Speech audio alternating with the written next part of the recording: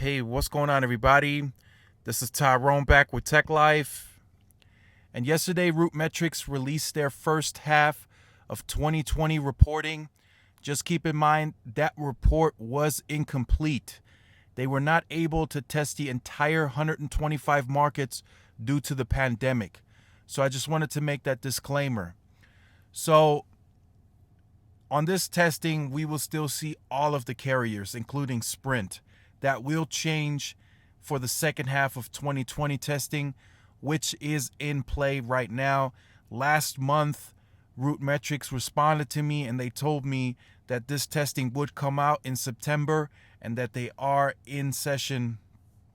They're in session for testing the second half of 2020. So we will still see Sprint and compare them to the other three nationwide carriers.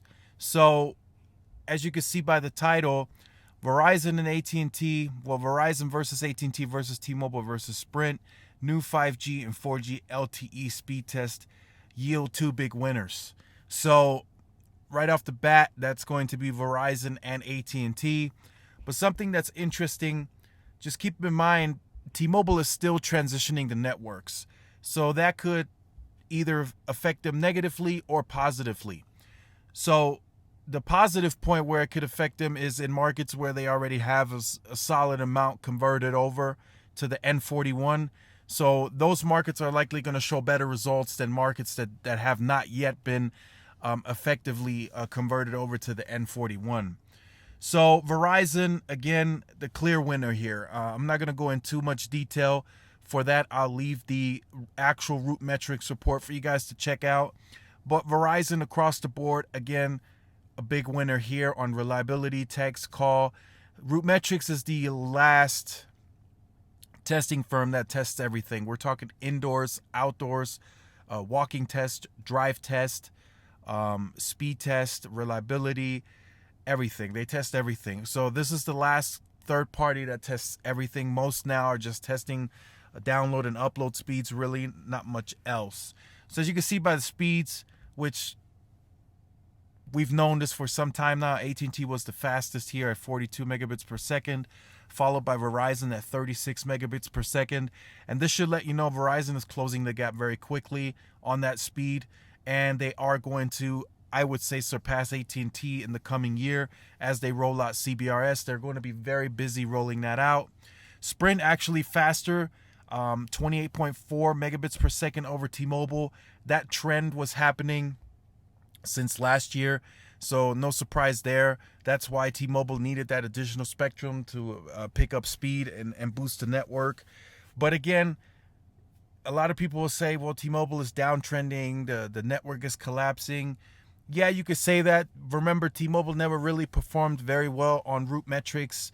Even in 2014, 2015, 2016, they've always had calling issues, texting issues, but they've gotten better at it.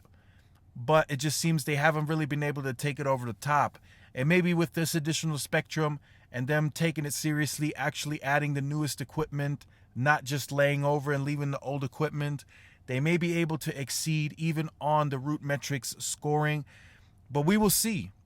We will definitely see the second half. They told me with confidence they will not be including Sprint into the testing.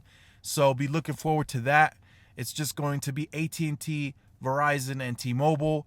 And then whenever Dish gets on board, well, Dish will be running off of T-Mobile for the first 7 years. So Dish will be busy building out their network. So it'll just literally for the foreseeable future, it will be AT&T, T-Mobile, and Verizon.